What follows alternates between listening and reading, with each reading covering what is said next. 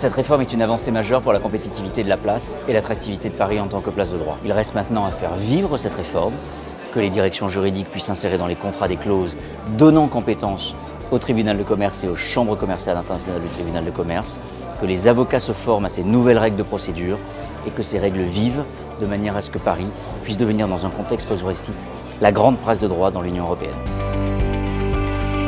C'est toujours un grand succès, c'est extraordinaire de voir effectivement le monde des avocats se rapprocher du monde des directeurs juridiques et tout ça autour d'un sujet qui est la justice internationale. Donc franchement, c'est extraordinaire à chaque fois de voir cette communion entre les professions et de voir qu'on se retrouve autour de sujets de fond qui sont quand même la compétitivité du droit en France et la capacité à gérer des contentieux internationaux. Donc merveilleux. Les entreprises vont, grâce à cette réforme des chambres internationales, de plus en plus envisager de loger des contentieux devant les juridictions parisiennes, devant le tribunal de commerce de Paris, chambre internationale, à la fois dans les contrats qu'elles ont avec leurs partenaires, je pense que ce sera un impact fort, et pour la place de droit plus généralement, je pense que les entreprises françaises devront expliquer à d'autres entreprises, à nos homologues, à nos pairs, dans les directions juridiques, qu'il y a ces chambres internationales à Paris et qu'elles aussi peuvent y loger des contentieux entre des entreprises qui sont non françaises et qui opèrent dans des systèmes de droit civil. Donc je pense que ça peut avoir un impact fort pour les entreprises françaises, mais aussi pour des entreprises étrangères qui veulent voir trancher des contentieux de droit civil.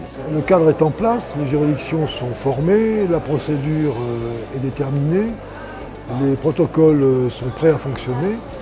Le tout, c'est que maintenant les partenaires économiques s'approprient la procédure et la fassent fonctionner, que les juridictions travaillent comme il est prévu qu'elles travaillent. Pendant de nombreuses années, nous avions l'habitude de soumettre au droit anglais et aux juridictions anglaises un certain nombre de nos contrats notamment.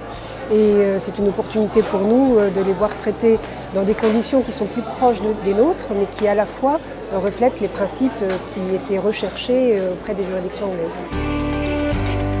On a fait l'expérience d'une simulation de procès. Être avocat, c'est beaucoup plus facile.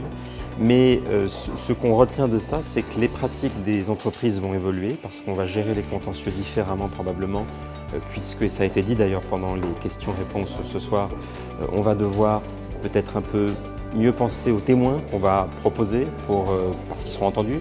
Les juges vont devoir changer leur pratique. Parce que là où ils s'adressaient beaucoup aux avocats pour poser des questions, ils vont maintenant s'adresser à des témoins et aux parties directement. Donc tout le monde va devoir évoluer et ça va peut-être avoir un impact fort sur la tactique du contentieux civil ou commercial, en l'occurrence commercial devant le tribunal de commerce. C'est toujours intéressant les simulations parce que c'est moins artificiel qu'il n'y paraît. Si vous avez vu comment ça se passait, finalement les acteurs investissent très bien le rôle et c'est assez proche de la réalité finalement. Et d'autre part, ce qui est intéressant, c'est que ça montre la différence qu'il y a entre la procédure de common law, qui est une procédure vraiment contradictoire, et ce qu'a expliqué le président Jeantin, c'est-à-dire que c'est le président qui essaye par ses questions de déterminer la vérité. Pas simple quand même. On ne s'attend pas nécessairement en tant que bon Français à être questionné, à être véritablement interrogé en profondeur sur le témoignage que nous avons formulé. Donc bel exercice, mais pas simple. J'ai été très impressionné tout d'abord par la préparation et des membres du Cercle Montesquieu et des avocats qui les ont représentés dans le cadre de cette simulation. Je pense que ça a pu donner à l'ensemble des participants une vision très complète, très globale et une très vivante de ce que seront demain les chambres commerciales internationales et le fonctionnement de ces chambres commerciales internationales. Il reste maintenant à convaincre l'ensemble des membres que c'est une opportunité pour Paris et qu'ils doivent les faire vivre. J'ai été admiratif des talents d'acteurs de nos collègues, qu'ils soient avocats ou directeurs juridiques. C'est très intéressant de regarder ça de l'extérieur. C'est quand même une approche qui est très différente de l'approche qu'on a l'habitude de voir devant le tribunal de commerce. Cette idée d'échange de témoins et interrogés non pas par le juge, mais interrogés par les avocats des parties adverses, c'est quand même un exercice assez original et c'est un exercice qui est très challenging puisque les témoins étaient des general counsel et se retrouvaient non pas à faire comme ils font d'habitude des écritures, des écrits signés, déposés par l'avocat, plaidés par l'avocat, mais à aller défendre leurs propres écrits devant un juge et attaqués par un avocat adverse. C'est extraordinaire.